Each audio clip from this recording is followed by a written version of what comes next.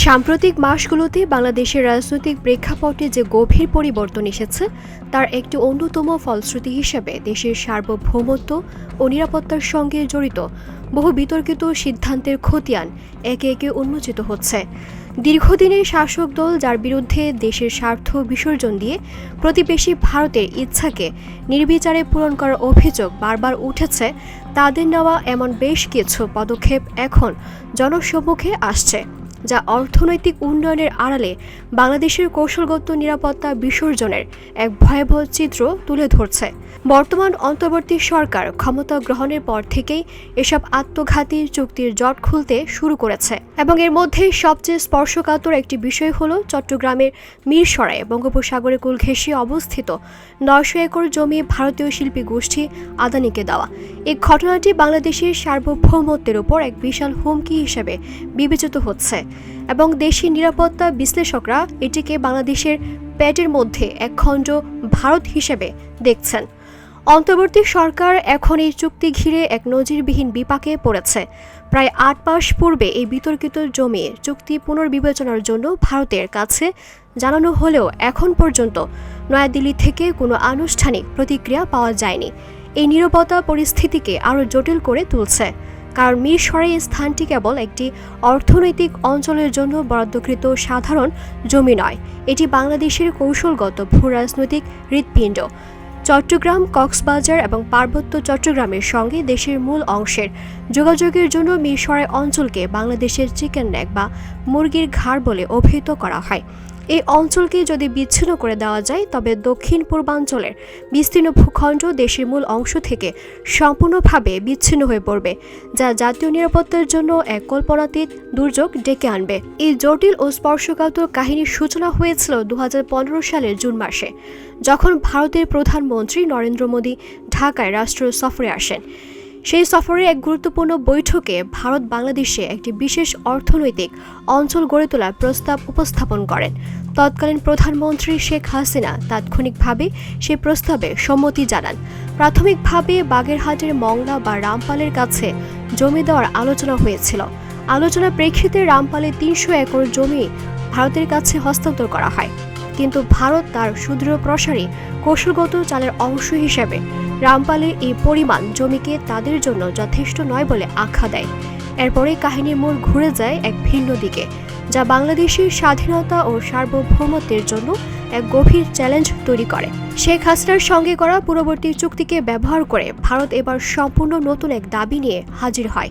চট্টগ্রামের মিরসরাই বঙ্গোপসাগরের কূল ঘেঁষে ১০৫৫ একর জমি। এই দাবিটি কেবল ভূখণ্ডের পরিমাণে বিশাল ছিল না, এর কৌশলগত গুরুত্ব ছিল অপরিসীম।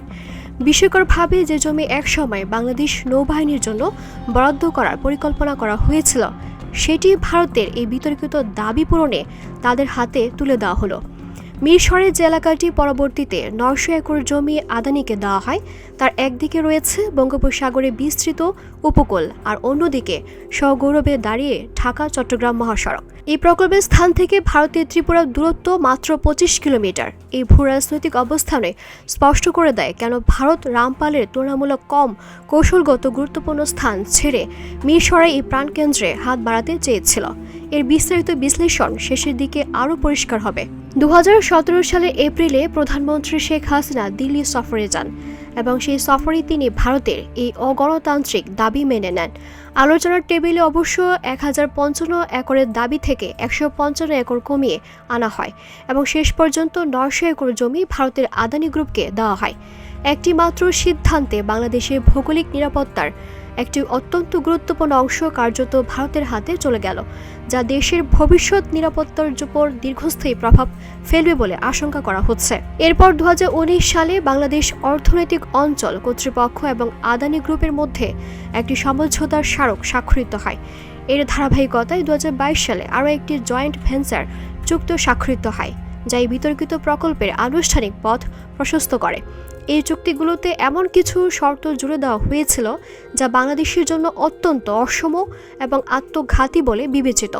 শর্তগুলোর মধ্যে ছিল প্রকল্পের যন্ত্রাংশের ৬৫% ভারত থেকে কিনতে হবে, সব উন্নয়ন কাজও করবে ভারতীয় প্রতিষ্ঠান, বাংলাদেশের কোনো প্রতিষ্ঠান সেখানে কোনোভাবেই অংশ নিতে পারবে না, এমনকি প্রকল্পের শ্রমিকরাও আসবে ভারত থেকে। বেজার একজন ঊর্ধ্বতন কর্মকর্তা নাম প্রকাশে অনিচ্ছুক জানিয়েছেন, এই প্রকল্পে বাংলাদেশের কোনো অধিকার রাখা হয়নি এবং এখানকার কার্যক্রম নিয়ে প্রশ্ন করারও কোনো সুযোগ নেই। তিনি প্রশ্ন তুলেছেন, এটা কি আদৌ অর্থনৈতিক অঞ্চল নাকি একটি দেশের ভেতরে আরেকটি দেশ? এই প্রশ্নটি এখন দেশের মানুষের মনে ঘুরপাক খাচ্ছে। স্থানীয় জনগণ প্রথম থেকে এই প্রকল্পের বিরুদ্ধে ক্ষুব্ধ ছিল। সাধারণত কোনো এলাকায় বড় শিল্প প্রকল্প হলে স্থানীয়দের জন্য কর্মসংস্থান তৈরি হয় এবং ব্যবসার সুযোগ সৃষ্টি হয়, কিন্তু মিরসরাই ঘটল এর সম্পূর্ণ বিপরীত। শ্রমিক আসবে ভারত থেকে, ইট পাথর বালু যাবে ভারত থেকেই, এমনকি প্রকল্পের গেট পাওয়ার হওয়ার অনুমতিও থাকবে না স্থানীয়দের জন্য। এই বিষয়টি নিয়ে বীর মুক্তিযোদ্ধা ও সামরিক বিশ্লেষক মেজর অবসরপ্রাপ্ত মোহাম্মদ মুস্তফা এক কঠোর মন্তব্য করেছেন। তিনি বলেছেন, কেবল ক্ষমতায় টিকে থাকার হীন মানসিকতা থেকে শেখ হাসিনা ভারতকে বিপুল পরিমাণ জমি কার্যত বিনামূল্যে দিয়েছেন। তার মতে এখানে বাংলাদেশের কোনো স্বার্থ জড়িত নেই, পুরো প্রকল্পটি ভারতের একতরফা স্বার্থে করা হয়েছে। তিনি আরও উল্লেখ করেছেন, বঙ্গোপসাগর উপকূল লাগোয়া যে জায়গাটিতে 900 একর জমি আদানিকে দেওয়া হয়েছে, সেখানে ভারত কি কাজ করবে তা নিয়ে আমাদের কোনো প্রশ্ন করা কিংবা তদারকি করার সুযোগ রাখা হয়নি। বঙ্গোপসাগর উপকূলে হওয়ার ভারত থেকে জাহাজে করে পণ্য এনে ফেনী নদীর উপর স্থাপিত মৈত্রী সেতু দিয়ে তাদের 7 সিস্টার্স বা 7টি রাজ্যে পণ্য পরিবহনের ব্যবস্থা রাখা হয়েছে। এই একই কারণে নরেন্দ্র মোদী ও শেখ হাসিনা মিলে ফেনী নদীর উপর নির্মিত মৈত্রী সেতু উদ্বোধন করেছেন। তিনি এই প্রকল্পটি নিয়ে ভীষণভাবে সংকুচিত মনোভাব ব্যক্ত করে বলেছেন, এই প্রকল্প ঘিরে ভারত বঙ্গোপসাগরে একটি জেটও স্থাপন করেছে তাদের পণ্য আনা নেওয়ার জন্য, যা বাংলাদেশের জলসীমা ও উপকূলীয় নিরাপত্তার জন্য গভীর উদ্বেগের কারণ। বিশিষ্ট অধ্যাপক মাহবুবুল্লাহ এই প্রকল্পের ভয়াবহতা সম্পর্কে মন্তব্য করেছেন যে, মিরসরাই এই অঞ্চল বাংলাদেশের পেটের মধ্যে একখণ্ড ভারত। তিনি জোর দিয়ে বলেছেন, আমাদের জাতীয় নিরাপত্তা বিপন্ন হওয়ার ঝুঁকি তৈরি হয়েছে। এটি নিছক কোনো রাজনৈতিক বক্তব্য নয়। ভৌগোলিক বাস্তবতায় মিরসরাইয়ের চিকেন নেক অবস্থান এতটাই স্পর্শকাতর যে এটিকে হারানো মানে দেশের একটি অংশকে সম্পূর্ণভাবে বিচ্ছিন্ন করে দেওয়ার মতো পরিস্থিতির মুখোমুখি হওয়া। কেউ কেউ হয়তো এটিকে উন্নয়নের প্রকল্প বলতে পারেন, কিন্তু প্রশ্ন হলো, উন্নয়ন কি একতরফা হতে পারে? এই প্রকল্পে বাংলাদেশ কোনো অর্থনৈতিক সুবিধা পাচ্ছে না, জমির কোনো দাম ধরা হয়নি, স্থানীয় প্রতিষ্ঠান বাদ পড়েছে, কোনো কর্মসংস্থান নেই, এমনকি প্রকল্পের মাধ্যমে উৎপন্ন করও ভারতের হাতেই থাকবে।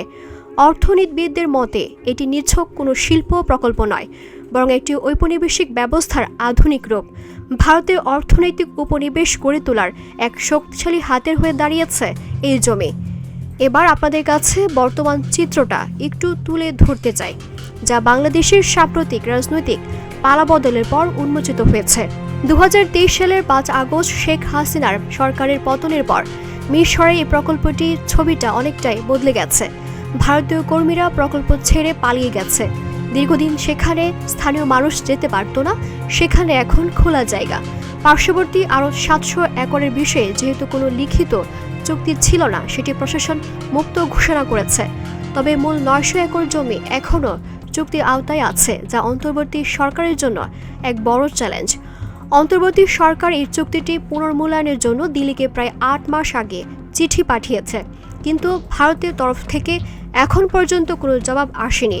বেজার পক্ষ থেকে এটিকে আত্মঘাতী প্রকল্প হিসেবে আখ্যা দেওয়া হয়েছে এবং প্রধান উপদেষ্টার কার্যালয়ে আনুষ্ঠানিকভাবে প্রকল্প বাতিলের প্রস্তাব পাঠানো হয়েছে। সিদ্ধান্ত গৃহীত হলে এটিকে তালিকা থেকে বাদ দেওয়া হবে বলে জানানো হয়েছে। ভবিষ্যতের দিকে তাকিয়ে একটি প্রশ্ন আজ জাতির সামনে উদ্ভাসিত, আগামী দিনে কোনো রাজনৈতিক সরকার কি এই চুক্তি বাতিল করতে পারবে? আজকের এই আলোচনায় এটি পরিষ্কার যে এটি নিছক একটি শিল্প প্রকল্প নয়, এটি বাংলাদেশের ভৌগোলিক নিরাপত্তা, সার্বভৌমত্ব এবং অর্থনৈতিক ন্যায্যতার প্রশ্ন। একটি সরকার কেবল ক্ষমতায় টিকে থাকার স্বার্থে এমন একটি সিদ্ধান্ত নিয়েছিল যা ভবিষ্যতে পুরো জাতির অস্তিত্বের জন্য হুমকি হয়ে দাঁড়াতে পারত। এখন দায়িত্ব অন্তর্বর্তী সরকারের কাঁধে।